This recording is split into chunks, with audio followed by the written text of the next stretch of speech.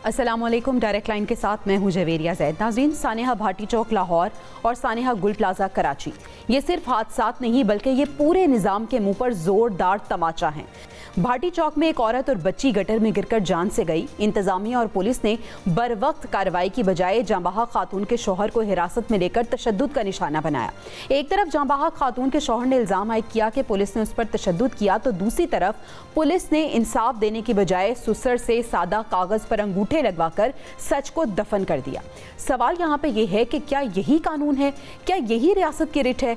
और दूसरी तरफ कराची की अगर हम बात करें तो गुल प्लाजा में आतिशज़दगी के वाक़े की बात हो जाए, आग अभी ठंडी नहीं हुई मगर सियासत गर्म है। कोई कहता है फला फला सामने नहीं आया, कोई इल्ज़ाम तराशी में मसरूफ़ है। हकीकत यह है कि जमात इस्लामी हो या PTI, MQM हो या पीपल्स पार्टी या कोई भी और जमात, कराची के अवाम लाशों पर बयानात नहीं, इंसाफ मांगते हैं। सामने कौन आया कौन नहीं आया ये सवाल नहीं है। सवाल यह है कि ऐसे सानेहात आखिर होते क्यों हैं, जिम्मेदार कौन है और नाअहली के मुर्तकिब अफराद को सज़ा आखिर कब मिलेगी। प्रोग्राम के पहले हिस्से में हम इन्हीं दो सानेहात का जिक्र करेंगे। प्रोग्राम के दूसरे हिस्से में हम बात करेंगे पाकिस्तान तहरीक इंसाफ के तर्ज़ सियासत और 8 फरवरी को जो उनकी तरफ से हड़ताल की कॉल दी गई है उस पर। यह कैसी सियासत है जिसका हर कदम इंतशार पर ख़त्म होता है। अडियाला जेल के बाहर से सुप्रीम कोर्ट के बाहर धरने तक, क्या ये संजीदा जद्दोजहद है या महज तवज्जो की सियासत है? पार्टी के अंदर इख्तलाफात, बयानात में तजाद और क़यादत में हमांगी का फुकदान, क्या यही मुतबादिल क़यादत की तस्वीर है? इन सवालों के जवाब अपने पैनल से जानने की कोशिश करेंगे और प्रोग्राम के आखिरी हिस्से में हम बात करेंगे पाकिस्तान आज एक नाजुक नहीं बल्कि फैसला कुन मोड़ पर खड़ा है। एक ऐसा मोड़ जहां क़यादत का विजन, कौमी इदारों का बाहमी एतमाद और अवाम की उम्मीदें एक ही समत में बढ़ रही हैं। वज़ीर आज़म शहबाज शरीफ का यह मौक़िफ़ कि हुकूमत और फ़ौज की पार्टनरशिप पाकिस्तान को मजबूत बनाएगी, महज बयान नहीं बल्कि ज़मीनी हकीकत बनता दिखाई दे रहा है। सिपा सालार फील्ड मार्शल सैयद आसिम मुनीर का विजन मईशत, सलामती और खुददारी के गिर्द घूमता है और यही विजन आज आलमी सतह पर पाकिस्तान की पहचान बन रहा है। पाकिस्तान ने वाज़े कर दिया है, क्लियर कर दिया है कि वो किसी दबाव, किसी इब्राहिम माहिदे या गैर वाज़े इत्तेहाद का हिस्सा नहीं बनेगा। ये खुद मुख्तार खारजा पॉलिसी इस बात का ऐलान है कि पाकिस्तान अमन का दाई तो ज़रूर है मगर अपनी शराइत पर। आज के डिस्कशन का आगाज़ करते हैं। अपने पैनल का तारुफ मैं आपसे करा देती हूँ। डिस्कशन के लिए असदुल्ला खान साहब और शनीला अम्मार साहिबा हमारे साथ मौजूद हैं। इसके साथ साथ मसूद रज़ा साहब भी हमें ज्वाइन कर चुके हैं। आप तीनों मेहमानों का शुक्रिया अदा करना चाहूँगी। असदुल्ला साहब, आगाज़ आपसे करती हूँ। सानिया भाटी चौक की हम बात कर लेते हैं। सबसे पहले तो हम पुलिस के रवैये की बात करते हैं, इंतज़ामिया की गफलत की हम बात करते हैं। एक तरफ वो शख्स जो अपनी आंखों के सामने अपनी बीवी और बच्ची को मैन होल में गिरता देख रहा है और वो पुलिस में जाके वहाँ पे रिपोर्ट कराना चाह रहा है कि मैंने अपनी बीवी को गिरता देखा है, खुदारा मदद की जाए। वहाँ पे उस शख्स पे तशद्दुद किया जाता है और उसकी तरफ से इल्ज़ाम आयद किया गया है कि एतराफ़े कत्ल का दबाव उस पर डाला जाता है।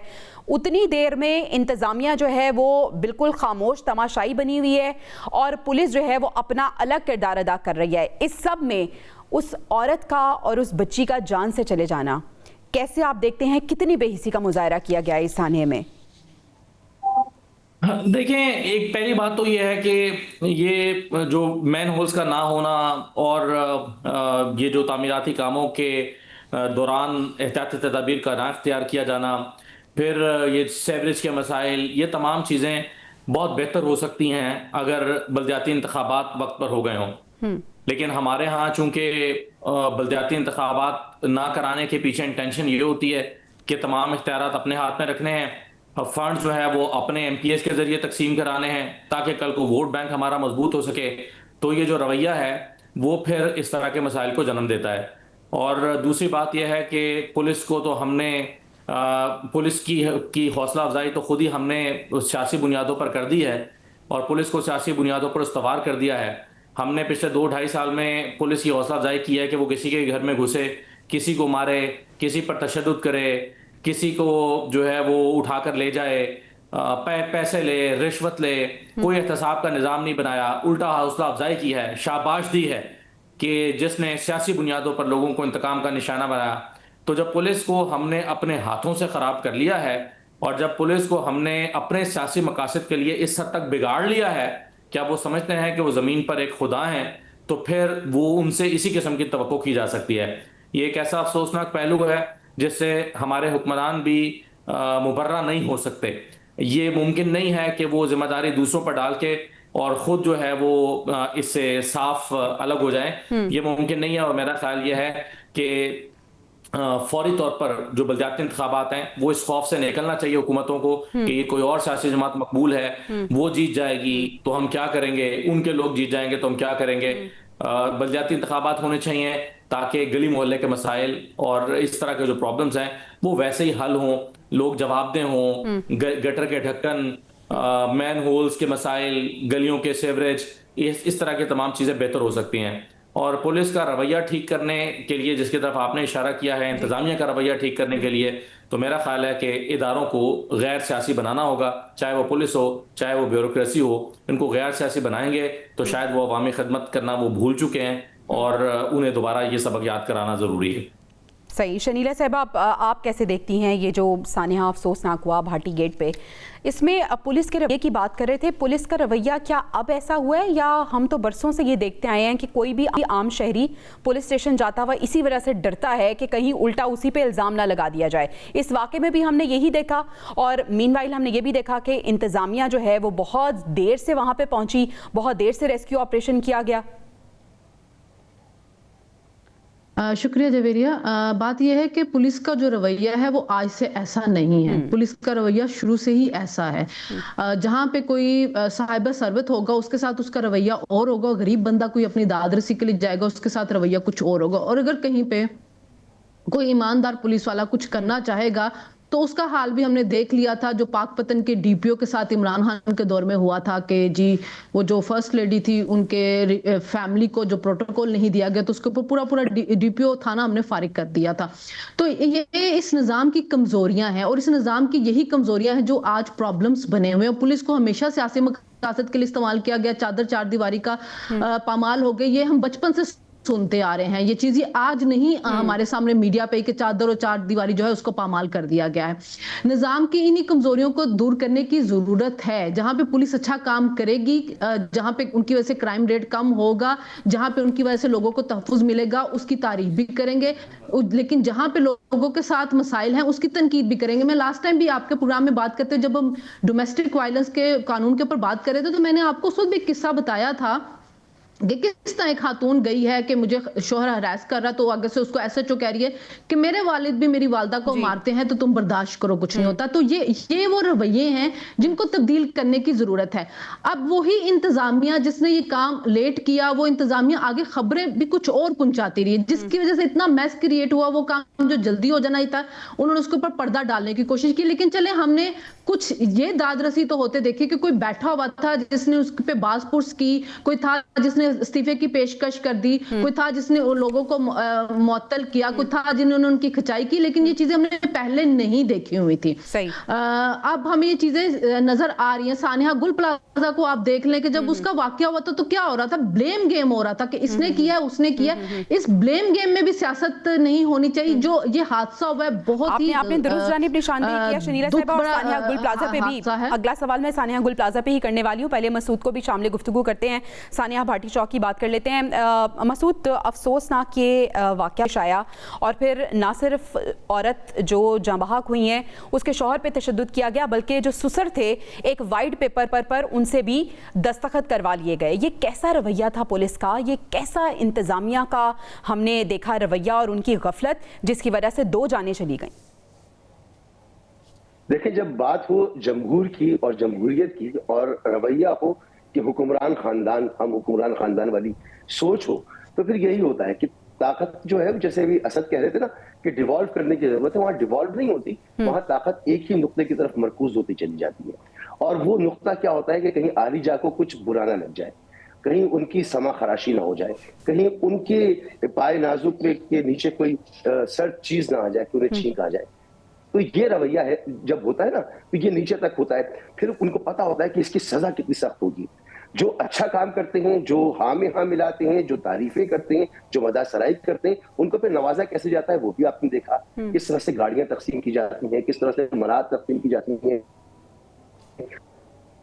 किस तरह एक जॉब पर होते हुए मजीद और जब वो रिटायर हो जाते हैं तो फिर उनको किस तरह से ऑबलाइज किया जाता है। एक ये तरीका होता है। एक तरीका ये होता है कि कोई अपना काम करे, अपनी जिम्मेदारी अदा करे और वो किसी को पसंद ना आए तो फिर उसे रांदे दरगाह कर दिया जाता है। तो ये रवैया जो जब रहेगा ना तो फिर इसी तरह की सूरत हाल होगी। अगर जमहूरियत है तो जमहूर का ख्याल होगा, और जमहूरियत है तो फिर जमहूरियत नीचे तक होगी।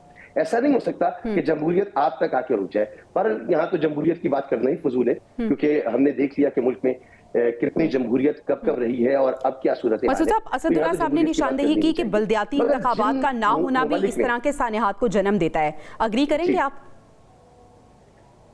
मैं यही आपसे कह रहा हूं कि वो ताकत का जो इर्तिकास है ना, वो जमहूरी निजाम का मतलब यही है। वो तो पसंद ही नहीं है ना, वो तो हो ही नहीं सकता। क्यों नहीं हो सकता? क्योंकि डर है, खौफ है, तस्वीर का खौफ है, आवाज का खौफ है, अब एक मैसेज का खौफ है। खौफ है कि कोई ऐसी बात ना हो जाए कि ये हाउस ऑफ कार्ड जो है ये किसी हवा के झोंके से गिर जाए। तो ये खौफ एक चीज तो है। दूसरा ये कि देखिए, हमारे इर्द गिर्द बादशाहतें भी हैं, हमारे इर्द गिर्द मुख्तलिफ किस्म के निजाम है। हर जगह जमहूरियत नहीं है, लेकिन वहां पर भी ऐसा नहीं होता। इंसान को इंसान समझा जाता है, बुनियादी जरूरियात दी जाती हैं। बिल्कुल मैं मानता हूं कि लाहौर में बहुत अच्छा काम हुआ होगा, इस्लामाबाद बहुत अच्छा चल रहा होगा, लेकिन आप जरा इस वक्त तसव्वुर करें कि आप जरा जनूबी पंजाब की तरफ आ जाए, सेंट्रल लाहौर से निकले। मैं लोगों से रोजाना बातें करता हूं, मुझे वहां से अच्छी वाइब्स नहीं आ रही हैं। आप पूरे सिंध को देख लें, कोई अच्छी वाइब्स नहीं है मरकज को लेकर। फिर सिंध के साथ बलूचिस्तान है, उसका हाल आपको पता है, केपी का आपको हाल पता है। तो ये जो सारी हुकूमत है, ये है कहां पर? तो ये डर, ये खौफ बहुत बड़ा खौफ है। तो अगर बल्दियाती इंतखाबात करा दिए तो अगर कोई और पार्टी, किसी और पार्टी की हुकूमत आ गई तो फिर क्या होगा? अगर किसी और को वोट पड़ गया तो क्या होगा? तो ये जो रवैया है, ये रवैया किसी सूरत ना इस कौम के मफाद में है, ना मुल्क के मफाद में। बिल्कुल सही। अब आपने शेर की सवारी कर ली है, अब मसला ये है कि अब शेर से उतरे कैसे।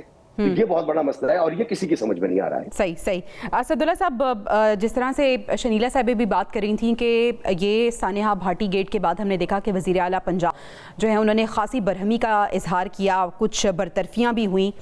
क्या ये काफ़ी होगा? और इसके साथ साथ चले यहाँ पे तो ये हो गया, लेकिन अगर हम इसको लिंक करें गुल प्लाजा का जो सानेहा हुआ, उसके बाद तो कोई इस तरह की सिचुएशन भी हमने नहीं देखी, बल्कि हमने ये देखा कि वहाँ पे एक सियासत शुरू हो गई है।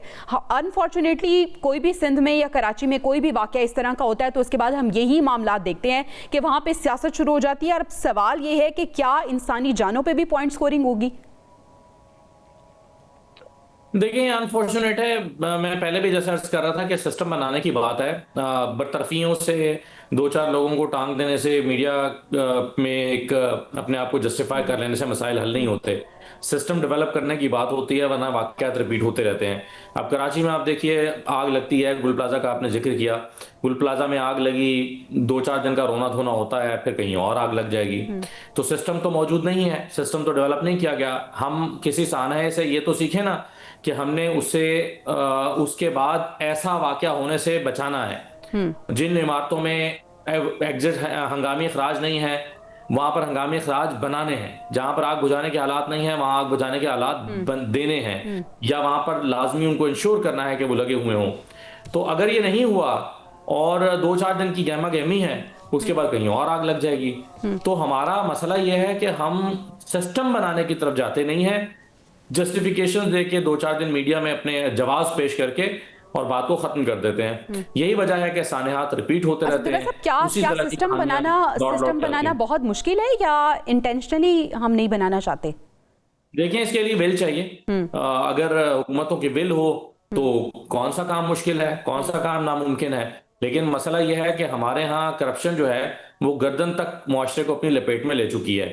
आप कहीं किसी बिल्डिंग को पाबंद करें कि वो आलात लगाए और वो कहेगा कि भाई इतने पैसे ले लो, ये झंझट में हमें मत डालो, तो 2 अफसर पैसे लेके खामोश हो जाएंगे, 6 महीने के लिए टल जाएंगे और 6 महीने के बाद दोबारा आ जाएंगे। ये हमारा उमूमी रवैया हो चुका है। चाहे ये आग लगने के वाकयात हों, यानी बिल्डिंग कंट्रोल अथॉरिटी के ज़ेर इंतजाम जो चीजें हों, या तामीरात से मुतल्लिक काम हो। आपने देखा था नस्ला टावर सुप्रीम कोर्ट ने गिराने का हुक्म दिया, बिल्कुल ऐसे। और नस्ला टावर में तमाम लोगों के पास एनओसीज मौजूद थे, हर तरह का एनओसी मौजूद था। यानी अगर मैंने और आपने भी वहां पर अपार्टमेंट खरीदना होगा तो हम सरकार के दफ्तर जाकर उनसे चेक करेंगे कि क्या आपने इन्हें एनओसीज दे रखे हैं। और जब सरकार अपने रिकॉर्ड के मुताबिक कहेगी कि हाँ हमने इन्हें एनओसीज दे रखे हैं, तो मैं वहां पर अपार्टमेंट खरीद लूंगा। बिल्कुल ऐसे। जब खरीद लूंगा तो बाद में सुप्रीम कोर्ट मुझे बताएगी कि नहीं ये तो एनओसीज ही जाली हैं, तो जिम्मेदार फिर सरकार है या वो शख्स जिसने सरकार से कंफर्म करने के बाद अपनी तमाम जमा पूंजी अपने उस अपार्टमेंट में लगा दी। तो सिस्टम बनाया नहीं जाता और जो भुगतते हैं वो लोग हैं, चाहे वो रसला टावर के लोग हों, चाहे वो गुल प्लाजा के लोग हों। बिल्कुल ऐसे ही है। मसूद साहब, एमकेएम इल्ज़ाम लगा रही है कि ना सिर्फ पीपल्स पार्टी बल्कि कराची को कोई भी ओन नहीं कर रहा, और वो विफाक पे भी ये इल्ज़ाम आयद कर रहे हैं कि विफाक भी ओन नहीं कर रहा। कौन फिर ऑन कर रहा है कराची को? एमकेएम कुछ कर रही है कराची के लिए जो इतनी बातें कर रही है?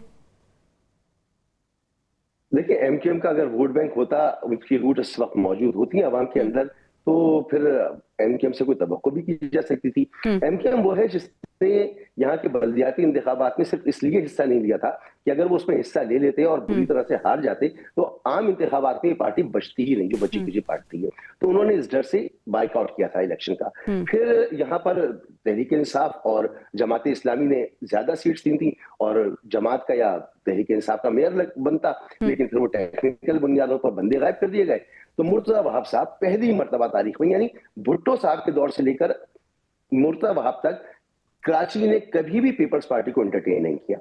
और क्यों नहीं किया? क्योंकि इसकी वजह है, क्योंकि कराची ने देखा है कि भुट्टो साहब जो है वो अयूब खान के साथ थे, फातिमा जिन्ना के खिलाफ खड़े हुए थे। कराची हमेशा एंटी एस्टेब्लिशमेंट रहा है और वही उसका रवैया था, उसने कभी भी इसको कबूल नहीं किया था। बहरहाल कोई ओन तो कराची को नहीं करता, इसमें तो कोई दूसरी राय नहीं है। ना एमकेएम इसको ओन करती है, करने के काबिल है, ना पीपल्स पार्टी ओन करने के काबिल है, और ना ही विफाक करता है। उसकी वजह है क्योंकि यहाँ ये 3 करोड़ 4 करोड़ की आबादी का शहर है, सिंध की तकरीबन आधी आबादी यहाँ रहती है। उसके बावजूद इसका जो हिस्सा है सीटों की तनासुब से वो बहुत कम है। मर्दमशुमारी ठीक नहीं होती, डिलिमिटेशन ठीक नहीं होती, आबादी के हिसाब से नहीं होती, जो इसका शेयर बनता है एनएफसी के तहत वो इसको नहीं मिलता। तो किसी को परवाह ही नहीं है, पीपल्स पार्टी तो वोट लेकर वहां से आ जाती है, इंटीरियर सेंस से उसको पूरा सुबह मिल जाता है। एमकेएम जैसे तैसे आ रही है, वो आपको पता ही है। तहरीक इंसाफ यानी कराची लावारिस है और रीढ़ की हड्डी की हैसियत रखता है मईशत के लिए। बिल्कुल। अब मैं आपको मजे की बात बताऊं कि फील्ड मार्शल साहब 2 साल पहले कराची तशरीफ लाए और उन्होंने तमाम बिजनेस कम्युनिटी से कहा कि बताइए आपके क्या मसाइल हैं। सही। नोटेबल लोगों से कहा बताइए आपके, सबने दिल खोल के रख दिए कि ये मसाइल। उन्होंने कहा जी ये मसाइल हम हल कराएंगे। सही। आज डीजी ISPR साहब से एक मुलाकात थी, तो वो जवाबात बहुत लंबे लंबे देते हैं, तो कराची पर वो बात कर नहीं पाए। वरना उनसे मेरा यही सवाल था कि जी आप, क्योंकि मईशत भी जितना भी पैसा आ रहा है मुल्क के अंदर, चाहे वो चाइना से आ रहा हो, चाहे वो UAE से आ रहा हो, चाहे वो IMF से आ रहा हो, तो उसमें फील्ड मार्शल का बहुत कलीदी किरदार है, फौज का बहुत कलीदी किरदार है। फिर इस तरह के मसाइल, इस तरह के डिस्प्यूट, उसको हल कराने के लिए खुद ही आपने कहा था, तो आप ही बता दीजिए कि क्या करना है। तो ना मैं उनसे सवाल कर सका, ना वो इसका कोई जवाब मिल सका। तो ना तो इस पे एस्टेब्लिशमेंट रियासत कुछ देख रही है, ना कोई सियासी जमात देख रही है। कराची को आपने लावारिस छोड़ा हुआ है और किस कॉस्ट पे छोड़ा हुआ है। देखिए, कराची पे अगर आप 8 आने लगाते हैं तो आप 1.5 रुपए कमाते हैं। बिल्कुल ऐसा ही है। 1.5 रुपए कमाते हैं तो कराची को 26 पैसे मिल रहे और वो भी नहीं मिलते। तो कराची आपकी दुकान है, आपका इंजन है, आप इसको चलाएंगे, जितना तेज ये इंजन चलेगा उतनी अच्छी मईशत चलेगी। बिल्कुल ऐसे ही है। ये बात समझ में नहीं आ रही और आप अपने अपने मफादात में लगे रहिए। शरीला साहब, अब हर कोई अपने मफादात को देख रहा है और कराची बिल्कुल लावारिस है। और अगर हम इंतज़ामिया की बात करें, इतना बड़ा सानिया हो जाता है, उसके बाद एक तहकीकाती रिपोर्ट बनती है, उस रिपोर्ट पे भी शुकूक व शुबहात होते हैं, आज जुडिशल कमीशन बनाने का मुतालबा किया जा रहा है। यानी अभी तक हमें कोई ठोस इकदामात नहीं नज़र आ रहे। जिस तरह से पहले आप बात कर रही थी कि लाहौर में जो वाक़या हुआ है, एटलीस्ट हमने देखा कि उस पर सरजनिश हुई, उस पर बरतरफियाँ हुई, उस पर बात हुई, लेकिन यहाँ पर तो सिर्फ इल्ज़ाम तराशी हो रही है। अच्छा जवेरिया, बात यह है कि यहाँ पे इस तरह डिस्कशन हो रही है कि पंजाब में बल्दियाती इलेक्शन ना होने की वजह से पूरे मुल्क का निज़ाम जो है खराब हो चुका है। तो कराची में तो हो गया था ना बल्दियाती इलेक्शन, मेयर हैं, उससे पहले जमात इस्लामी का मेयर भी रहा, एमकेएम का भी रहा। क्यों नहीं कराची के हालात जो वो ठीक हुए? बारिश होती है तो लोगों के घरों में पानी जाता है। गुल प्लाजा का सानिया तो मेयर की जरूरत नहीं हो रही थी कि वहां पे आता। वजीर आला आपको नजर नहीं आ रहा था। शरीला साहब, बात कंप्लीट करने पे मैं आपकी तरफ आती हूं। 2018 में पीटीआई को डाल दिया। 2018 में एंटी एस्टैब्लिशमेंट कराची ने वोट डाला है पीटीआई को, जो कि सबको आज पता है कि किसकी गोद में चढ़ के हुकूमत में आए थे, इमरान खान। केपी में आपके बल्दियाती इलेक्शन हो चुके हुए हैं। वहां पे जब बारिशें होती हैं, सैलाब आता है, तो लोग मदद के लिए पुकारते हैं और हुकूमत कहीं नजर नहीं आती, कोई एहतसाब नहीं होता, कोई जवाबदेही नहीं होती है। एटलीस्ट जहां पे काम होता है आप थोड़ा सा अप्रिशिएट कर दे। बादशाहतें, जमहूरियत तो हमने शुरू से पाकिस्तान में देखा ही नहीं है। बादशाहतें ही चल रही होती हैं, एक बंदे की पार्टी होती है, एक ही बंदा बादशाह बन के बैठा था, चाहे वो जेल में हो चाहे वो जेल से बाहर हो। सिस्टम बनाने पड़ते हैं, और सिस्टम बनाने के लिए ये होता है कि आपको जो बना रहा था उसको थोड़ा अप्रिशिएट करें, जो उस वक्त गड़बड़ कर रहे होते हैं उन पे तनकीद करें। हम सब चीजों को मिक्स रखते हैं, पसंद और नापसंद को लेके। कराची को लावारस छोड़ा हुआ, कराची में 2008 से हुकूमत किसकी है, सिंध में किन की हुकूमत है 2008 से, वो जवाबदेही देंगे इसके ऊपर कि वो उनको वहां की अवाम वोट क्यों दे रही है। वो वोट लेके आ रहे हैं, उसकी हुकूमत बना रहे हैं अपनी। एमक्यूएम को कभी वोट मिलता है, कभी जमात इस्लामी को मिलता है। तहरीक इंसाफ की भी 4 साल हुकूमत में रही है, तहरीक इंसाफ ने कितना का डिलीवर किया कि दोबारा उसकी मोहब्बत में कराची वाले गिरफ्तार है। ये लोग जिनको फिर वोट दे रहे हैं उनसे जाके सवाल करना चाहिए। आप जहां पे सिस्टम खराब है उसकी बजाय जहां पे सिस्टम काम कर रहा हो तो उनको ब्लेम करना शुरू कर देते हैं।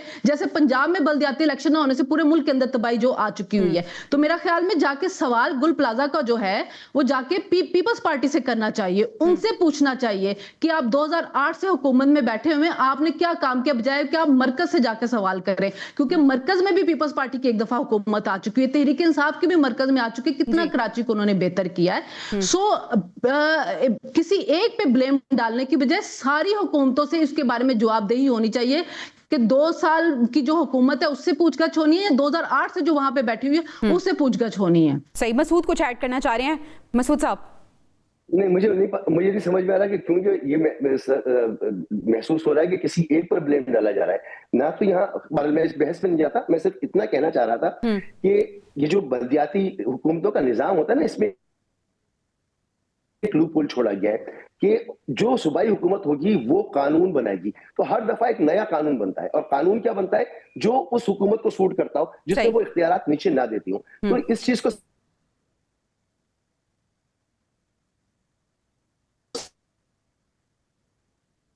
ठीक है, नेटवर्क का कुछ इशू आ रहा है। नाज़रीन, हमें भी ब्रेक पे जाना है। ब्रेक से जब हम वापस आएंगे तो हम बात करेंगे पाकिस्तान तहरीक इंसाफ की, जिन्होंने 8 फरवरी को यौम स्याह मनाने का ऐलान किया है। फिर सुप्रीम कोर्ट के बाहर एक धरना दिया हुआ था, चीफ जस्टिस से सलमान अकरम राजा की मुलाकात भी हुई है, फिर बानी की जो पेम्स आमद हुई है, इस सारी सूरत हाल पर बात करेंगे। ब्रेक के बाद stay with us. Welcome back नाज़रीन। सेक्रेटरी जनरल पाकिस्तान तहरीक इंसाफ सलमान अकरम राजा साहब ने यह दावा किया है कि पिम्स में बानी की आंखों की सर्जरी की गई और उन्हें इस वजह से पिम्स अस्पताल लाया गया। बानी को किसी छोटे नहीं बल्कि बड़े मसले की वजह से पिम्स लाना पड़ा। ये भी पाकिस्तान तहरीक इंसाफ मौक़िफ़ इख्तियार करती हुई नजर आ रही है। और वज़ीर आला KP ये कह रहे हैं कि तशवीश की बात यह है कि पिम्स अस्पताल में कोई रेटिना स्पेशलिस्ट भी मौजूद नहीं है। वफाकी वज़ीर इत्तलात अता तारड़ अब ये कन्फर्म कर रहे हैं कि तिबी मुआयने के लिए 20 मिनट के लिए बानी को लाया गया था पिम्स, ऑल्दो पहले इस चीज़ को डिनाई किया जा रहा था। जबकि वज़ीर मुमलिकत बैरिस्टर अकील ये कहते हैं कि PTI के कुछ रहनुमाओं को बानी के चेकअप के बारे में मालूम था। मसूद साहब, बानी की आंखों का इलाज है, पिम्स चले उन्हें लेके आए, लेकिन सवाल यहाँ पे ये है कि इबहाम क्यों पैदा किया गया, ये कन्फ्यूजन क्यों क्रिएट की गई? तहरीक इंसाफ और जेल इंतजामिया के जो बयानात है उनमें क्यों तजाद पाया जा रहा है? मैंने पहले ही आपसे अर्ज किया कि डर है ना कि कोई देख ना ले, कहीं लोग जमा ना हो जाए, बता दें तो ना जाने लोग आ जाएं तो कोई और बड़ा एहतजाज शुरू ना हो जाए, मुश्किल ना हो जाए, तो इसलिए नहीं बताया गया होगा। और इसकी और क्या वजह हो सकती है? वरना तो एक चाहे वो कत्ल का भी मुजरिम हो, उसका हक है कि वो अपने घर वालों से मिल सके, अपने वकला से मिल सके, कम से कम डॉक्टर से तो मुलाकात हो सके। वो अदालत ने इजाजत दे दी कि आप अपने तिब्बी मॉलिज से मुआयना करा सकती, आप अपने उसकी पर्सनल डॉक्टर से नहीं मिलने दे रहे। तो और इसके अलावा और क्या हो सकता है कि आप 20 मिनट के लिए रात के अंधेरे में छुपा के लेकर आए और छुपा के लेकर चले गए? जब आप ऐसा करेंगे और फिर डिनाई करते रहेंगे तो फिर स्पेकुलेशंस होंगी, फिर इस तरह के बयानात आएंगे कि ऐसा क्यों किया गया, सवालात उठेंगे। तो हुकूमत ने खुद ही ये रास्ता खोला है जिसपे सवालात उठे। अच्छा मसूद, देखिए साबिक वज़ीर आज़म हैं और इसके साथ साथ एक पार्टी के बानी हैं, वो क्यों ज़ाती मॉलिज तक रसाई नहीं दी जा रही? कुछ मुतालबात ऐसे हैं जिन्हें मान लेना चाहिए। आप दुरुस्त कह रहे हैं। आप कोई लगता है कि हुकूमत अपने लिए इस तरह से कुछ परेशानी खुद क्रिएट कर रही है? देखिए, एक दिन फैसल वाडा साहब को मैं सुन रहा था, उन्होंने कहा कि हमें पता चल गया कि ये शख्स जो है ये तन्हाई से परेशान होता है, ये अकेला रहता है, इससे कोई बात करने वाला नहीं होता, तो ये तंग होता है। तो ये इससे तंग होता है, अब तो हमें पता चल गया। तो पता चल गया था, इसका मतलब है तन्हा रखना है, कोई बात ना करे, कोई करीब ना आए, कोई उसकी सुन ना सके। और क्या हो सकता है इसके पीछे? तो इतने दिन से मिलने नहीं दिया गया तो कैद तन्हाई में ही है, तो कैद तन्हाई में रखा हुआ है, कोई मिल नहीं रहा, एक अजियत देना, टॉर्चर करना, किसी तरह से टूट जाए। हमारी बात मान ले भाई, आप क्यों चाहते हैं कि वो टूट जाए? क्यों? अगर एहतजाज हो रहा है, उससे आपको प्रॉब्लम हो रही है, तो एहतजाज क्या आईनी हक नहीं है किसी शहरी का या किसी सियासी जमात का? क्या कोई सियासी जमात पहले एहतजाज नहीं करती रही है? और अगर एहतजाज से आपको इतनी परेशानी है तो फिर मुसाफिरात कर लीजिए। फिर मान लीजिए आप, गवर्नमेंट है, आपके पास बहुत कुछ है देने को, आप बिठाएं, बात करें। अच्छा, ये तो कहते हैं मुज़ाकरात की हम बार बार ऑफर करें, दूसरी तरफ से जवाब नहीं आता। देखिए, मुज़ाकरात की ऑफर आप कंडीशनल कर रहे हैं ना, उधर से भी कंडीशन आती है, यहाँ से भी कंडीशन। आप कहते हैं जी इलेक्शन पे बात नहीं होगी, अर्ली इलेक्शन पे बात नहीं होगी। जब इलेक्शन पे बात नहीं होनी, अर्ली इलेक्शन पे बात नहीं होनी, मैंडेट पे बात नहीं होनी, जब इन चीजों में बात नहीं होनी, तो फिर बात होनी किस चीज पर है? इस चीज पे बात होनी है कि आप खामोश होकर बैठ जाए, हमें अपना वक्त पूरा करने दें, वो इस पर तैयार नहीं है। सही। इस वक्त जीरो सम गेम है। जिस सिचुएशन में हुकूमत और अपोजिशन है, बदकिस्मती से मसला ये कि सियासी तौर पर अगर वो इनकी बात मानते हैं तो एक पार्टी जीरो हो जाती है, और दूसरी पार्टी अगर पहले की बात मानती है तो वो जीरो हो जाती है। ऐसी सूरत में जो हिस्टोरिकली देखा गया वो यही है कि ऐसी सूरत में अदालतों से कोई फैसले आते हैं, अगर कोई बीच का रास्ता निकालना हो तो फिर सियासी जमातों पर उसका बर्डन नहीं डाला जाता, फिर दूसरे रास्ते होते हैं। लेकिन दूसरा रास्ते के लिए भी तैयार नहीं है, क्योंकि दूसरा रास्ता होगा तो उसके बाद फिर इलेक्शन है, और इलेक्शन है तो फिर डर यही है कि इलेक्शन अगर हो गया तो क्या होगा। शनीला साहबा, 8 फरवरी को यौम स्याह मनाने का ऐलान कर रही है पाकिस्तान तहरीक इंसाफ, और उससे पहले क्यों इतना बड़ा मौमा बना दिया गया? पीम्स अस्पताल अगर बानी को लेके आया गया, उनका 20 मिनट, जैसा कि अता तारड़ कह रहे हैं, 20 मिनट के लिए तिबी मुआयना हुआ। पाकिस्तान तहरीक इंसाफ कह रही है कि नहीं, एक मेजर कोई सर्जरी वगैरह या मेजर कुछ प्रॉब्लम थी जिसकी वजह से उन्हें पिम्स लाया गया। क्यों इतना इशू क्रिएट कर दिया जाता है और क्यों इतना इबहाम जो है वो रह जाता है बीच में? जवेरिया, हम लोगों की शायद मेमोरी बहुत शॉर्ट होती है, इस वजह से हमें चीज़ें भूल जाते हैं और हम सिर्फ प्रेजेंट में रहते हैं। ये पास्ट में भी यही कुछ होता रहा। क्या नवाज शरीफ जब मरियम नवाज के साथ जेल में थे तो उनको पिम्स नहीं लेके आए थे जब उनको हार्ट की प्रॉब्लम हुई थी, और नवाज शरीफ को कहा गया था कि एक रात स्टे करे, तो उन्होंने कहा था नहीं, मरियम जेल में, मैंने वापस जाना है। जनरल कियानी जो थे उनको बुलाया गया था, वो जेल में जाके उन्होंने मुआयना किया था नवाज शरीफ का, जो कार्डियोलॉजिस्ट है, और उन्होंने फिर जनरल बाजवा को कहा था कि इनकी कंडीशन खराब है, कुछ भी हो गया तो आपके ऊपर सारा जो है बर्डन आ जाएगा। तो ये सियासी कैदियों के साथ हमेशा से ये होता आया है, बानी पीटीआई के साथ कोई नई चीज नहीं हुई है। जहां तक बात होती है कि जी एहतजाज हो जाएगा, लोग निकल आएंगे, कोई हंगामा हो जाएगा, तो कल रात को तो वजीर आला खुद वहां पे पहुंचा, एमपीएस एमएनए को बुलाता रहा, 70 से ज्यादा लोग नहीं थे वहां पे, और उसके बाद रात के 2 बजे वो वहां से वापस चले गए।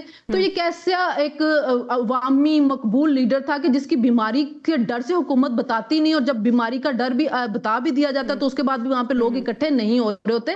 तो स्टोरियां बनाई जा रही होती है एहतजाज के ऊपर कि बहुत बड़ा, अभी तक आप मुझे बताएं कि वो जेल में है, 2.5 साल हो गए, कौन सा ऐसा बड़ा एहतजाज हुआ है जिसने हुकूमत को मजबूर किया और घुटने टेकने के ऊपर? कल रात को भी वहां पे एहतजाज की कॉल दी गई, तो क्या मालिज को जाने दिया गया? नहीं जाने दिया गया। तो सर ये एक डरावा है, ये एक स्टोरियां बनाई गई हुई हैं कि बहुत बड़ा एहतजाज है, बहुत अवाम साथ है, लोग ऐसे निकलते हैं वालहाना की हुकूमत घबरा जाती है, डर जाती है। आपने माजी का हवाला दिया कि माजी में भी सियासी कैदियों के साथ इसी तरह से सलूक किया जाता है, तो यही सब कुछ होता है, ये सब कुछ किया जा रहा था, ये नई चीज नहीं है जवेरिया। ये बात सिर्फ ये होती है कि अपनी वही बात आ जाती है, अपनी पसंद नापसंद की खबर और उसको बढ़ावा देना। अगर पहले भी ऐसा हुआ, अभी भी ऐसा हो रहा है, गलत कर रहे हैं ना। देखिए आप बात इसी तरह, यही सियासत चल रही है ना, यही जब आप एक इंतकामी सियासत की दाग बेल डाल देते हैं कि मैं तुम्हारा एयर कंडीशन आके निकलवाऊंगा, तुम्हारे घर से खाना नहीं आएगा। कैद तन्हाई में नवाज शरीफ को भी रखा गया हुआ था, वो और मरियम जब मुलाकातियों आती थी तब मुलाकात होती थी। नवाज शरीफ को भी कोई महफिल नहीं दी गई हुई थी कि उनके इर्द गिर्द जमघटा बिठा दिया गया था जेल में कि आप बैठे इनके साथ, आप बातें करें, रात को गपशप लगाएं।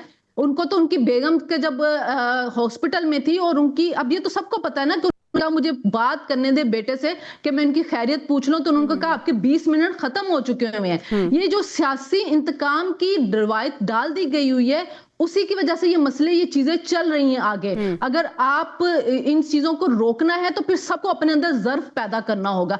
एक बंदे की तरफ से नहीं होगा कि एक बंदा कहेगा मैंने दिल बड़ा कर लिया और दूसरे वाला जो वो उसी इंतकामी जज्बे के साथ चलता रहेगा। सियासत के अंदर दिल बड़े करने पड़ते हैं, मुज़ाकरात में आना पड़ता है, लेकिन अगर मुज़ाकरात करने ही सिर्फ आर्मी चीफ से है तो फिर सियासत आपकी इसी तरह रहेगी। और अगर आप उनको कहेंगे कि जी आर्मी चीफ को आप उनको, उनके घर वालों को, उनको नफ्सियाती मरीज कहेंगे, फिर दूसरी तरफ से भी रिएक्शन आएगा। सियासत करेंगे तो सियासी जवाब मिलेगा। जब इंतकाम की दाग बेल डाल देगी तो फिर जवेरिया इसी तरह के रवैये चलेंगे और यही सब कुछ हम देखते रहेंगे, जो कि बदकिस्मती है इंतकामी सियासत के अभी तक कोई का जो ये रवैया है और ये जो पैटर्न है, ये कब तक चलेगा या ये ऐसे ही चलता रहेगा? इसका मतलब है सब एक जैसा ही हुए ना, फर्क तो किसी में भी नहीं है। वो भी वो जैसे थे वैसे ये भी हैं, तो इसमें अफसोस की क्या बात है? बहरहाल अफसोस सिर्फ इस बात का है कि आप जरा मुल्क की हालात देख लीजिए, मुल्क की मईशत देख लीजिए। बैनुल अक़वामी इदारे हो, IMF हो, हमारे दोस्त ममालिक को सब कह रहे हैं कि आप तीन चीजें आपको ठीक करनी है। 3 चीजों को ये आपके फेवर में होनी चाहिए। एक ऑयल प्राइसेस, एक कमोडिटी प्राइसेस और एक आपके यहाँ इस्तेहकाम होना चाहिए, सियासी इस्तेहकाम।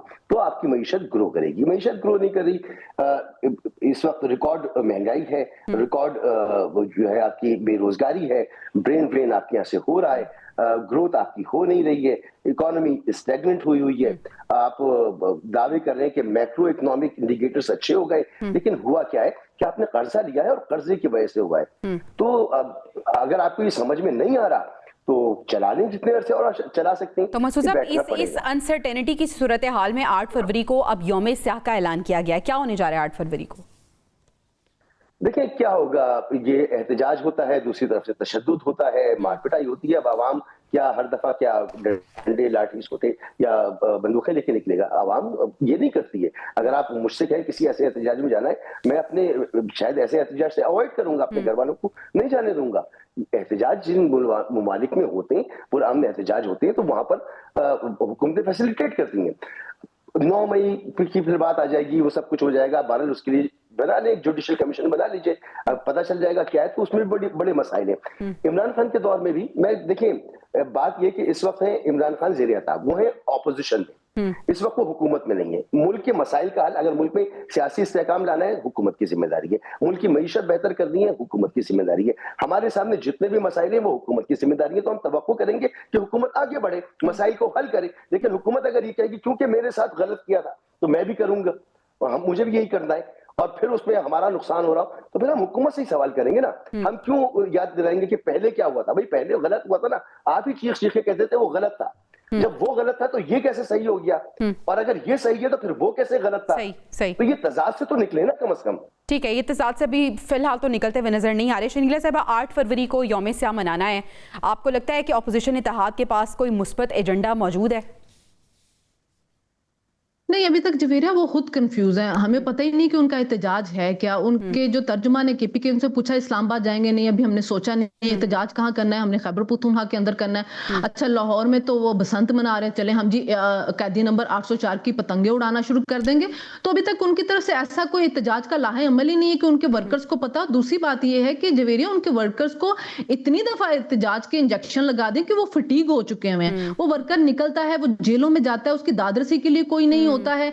जो आपके लीडरान होते हैं वो घर से भाग रहे होते हैं। अभी जो पंजाब के अंदर कहा गया है कि किसी की शख्सियत की भी तस्वीर जो है पतंग के ऊपर नहीं लगाई जाएगी। तो एक PTI के रहनुमा टीवी पे बैठ के कह रहे कि नहीं, हम लोगों को कहेंगे कि आप कैदी नंबर 804 की तस्वीर जरूर लगाएं, मैं नहीं लगाऊंगा कि मेरे पे FIR दर्ज ना हो जाए। तो जब ऐसे रवैये होंगे तो वहां पे वर्कर कहां पे निकलता है? कोई भी नहीं निकलता, क्योंकि आपको फ्रंट से लीड करना पड़ता है। दूसरी बात यह है कि पंजाब से तो एटलीस्ट कोई नहीं निकल रहा, क्योंकि पंजाब में तो बसंत मना रहे होंगे सारे।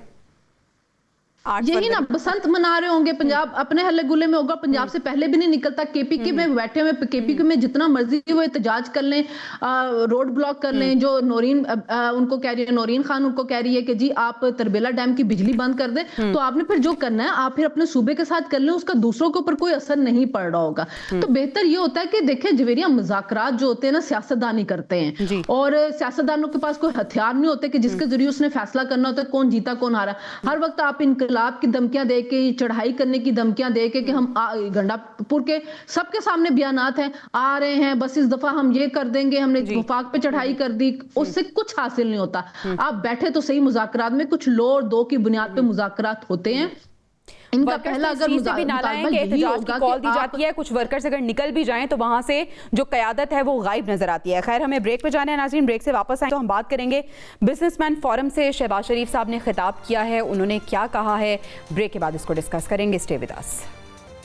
वेलकम बैक नाज़रीन। वज़ीर-ए-आज़म शहबाज शरीफ बिजनेसमैन फोरम से खिताब कर रहे थे और उन्होंने कहा है कि मार्का हक में फ़तह के बाद पाकिस्तान का दुनिया में एक मुनफरिद मकाम बन चुका है और इसी वजह से दुनिया जो है वो अब सरमायाकारी के लिए राब्ते कर रही है। और उन्होंने कहा कि फ़ील्ड मार्शल सैयद आसिम मुनीर की अगर मदद ना होती तो कई मसाइल हल नहीं हो सकते थे।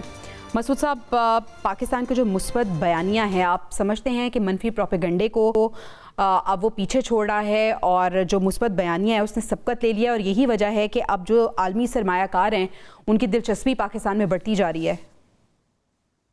देखिए, इसमें तो कोई शक नहीं कि मार्का हक के बाद पाकिस्तान की जो पोजीशन है वो तब्दील हुई है। पाकिस्तान ये साबित हुआ है कि पाकिस्तान कोई ऐसा वर्नरेबल मुल्क नहीं है कि यहाँ पर, या ऐसा नहीं कि डिस्टेबल हो जाने वाला मुल्क है, यहाँ पर सरमायाकारी आनी चाहिए। लेकिन जहां तक सरमायाकार आने की बात है, इस पे मुझे डाउट है, क्योंकि सरमायाकार क्यों आएगा जब आपका जो टैक्स रेट है वो 58% होगा आपके प्रॉफिट पर, जो दुनिया में कहीं पर भी शायद ना हो, कम से कम हमारे रीजन में तो नहीं है कहीं पर। तो इस रेट पर कौन इंडस्ट्री यहाँ लगाएगा? यहाँ का अपना सरमायाकार इंडस्ट्री नहीं लगा रहा, वो सरमायाकारी नहीं कर रहा। तो मुझे इस पे डाउट है कि सरमायाकार आने की बात कर रहा है। मैं ये नहीं कह रहा कि क्यों नहीं आ रहा, मैं तो ये सवाल कर रहा हूँ कि क्यों आएगा, इसके तो जवाब दे देना। क्योंकि यहाँ मैंने टैक्स रेट आपको बता दिया। अब फिर दूसरी बात ये कि यहाँ पर पता ही नहीं ना कि जो ये सियासी अदम इस्तेहकाम वाली बात है, ये चीजें नोट की जाती हैं। आपकी स्टॉक मार्केट को आपने देख लिया, स्टॉक मार्केट जिस तरह से ऊपर गई और जिस तरह से कल वो नीचे आई है, तो मुकामी सरमायाकार जो छोटा सरमायाकार था उसका तो कल दिवालिया निकल गया यहाँ पर। तो ये अनसर्टनिटी जो है, मुझे नहीं लगता कि सरमायाकार आने की बात करना क्या है। आलमी सरमायाकार अट्रैक्ट तो हो रहे हैं, किन इकदाम को उठाने की जरूरत है कि सिर्फ अट्रैक्शन ही ना रहे बल्कि सरमायाकार आए भी और मईशत हमारी बेहतर हो, आवाम का फायदा हो? देखिए, इंफ्रास्ट्रक्चर सबसे पहले इंफ्रास्ट्रक्चर हो। दहशतगर्दी से हम मुकाबला कर रहे हैं, अल्हम्दुलिल्लाह, बड़ी अच्छी बात है। इंफ्रास्ट्रक्चर अच्छा हो, टैक्स रेट में कमी आए, यहाँ रेड टेपिज्म खत्म हो, वो इस्लाहात की जाए जिनका वादा किया गया था, वो इस्लाहात नहीं हो पा रही है। तो बहुत से काम जो विजन होता है ना, वो विजन नजर नहीं आ रहा कि बिजली का जो सर्कुलर डेट है इसको हम कम कैसे करेंगे, कैसे खत्म करेंगे, कितने अरसे में हम इस पर काबू पाएंगे, गैस की लोड शेडिंग कैसे खत्म करेंगे। हमारे पास गैस देने को नहीं है, बिजली देने को नहीं है, मुनासिब कीमत पे देने को नहीं है, हमारे पास टैक्स बहुत आए हैं, हम अपने टैक्स अहदाफ हासिल नहीं कर पा रहे। तो ये सारी चीजें जो है ये मिलकर एक अजीब सी सूरत हाल पैदा कर देती हैं। ऐसे में कोई क्यों इंडस्ट्री लगाएगा और क्यों आएगा? तो वो विजन तो जरा क्लियर करें ना, हमें पता तो चले कि जी 4 साल 5 साल 8 साल 10 साल का कोई प्लान मौजूद है हमारे पास। शॉर्ट टर्म में क्या करना है, मीडियम टर्म में क्या करना है, लॉन्ग टर्म में क्या करना है, वो विजन ही कहीं नहीं है। बस जो फील्ड मार्शल साहब की कोशिशें, IMF उन्होंने करवा दिया, चीन से पैसा वो ले आए, UAE से वो ले आए, सऊदी अरब से वो ले आए, मुकामी जो बैंक है उनसे महंगे लोन हमने खुद ले लिए। बस ये मईशत चल रही है हमारी। सही, यानी आपको लगता है कि जो इस्लाहात हैं वो लाने की ज़रूरत है और उस पर काम करना बहुत ज़रूरी है ताकि सिर्फ जो बैरूनी सरमायाकार हैं वो अट्रैक्ट ना हो बल्कि बैरूनी सरमाया यहाँ पे आए। शनीला साहबा, एक तो इस पर आपकी टेक लेना चाहूँगी, दूसरा गज़ा जो बोर्ड ऑफ पीस है उसमें पाकिस्तान की शमूलियत के बाद कुछ र्यूमर्स ये भी आई कि इब्राहिम माहिदे का भी पाकिस्तान हिस्सा बनने जा रहा है और तर्जुमान दफ्तर खारजा ने इसको मुकम्मल तौर पर डिनाई कर दिया कि ऐसी कोई बात नहीं है। तो इन दोनों का मैं आंसर आपसे चाहूँगी। देखिए, पहली बात तो ये है कि जब 2023 के अंदर तो ऑलमोस्ट आपका मुल्क डिफॉल्ट के किनारे पे पहुंच चुका हुआ था ना। IMF भी पीछे का मुआहदा सस्पेंड हो चुका हुआ था जब पेट्रोल की कीमतों को फ्रीज किया गया था, बिजली की कीमतों को किया गया था, आपका ज़र मुआदला के ज़ाहिर जो थे माइनस में चले गए थे।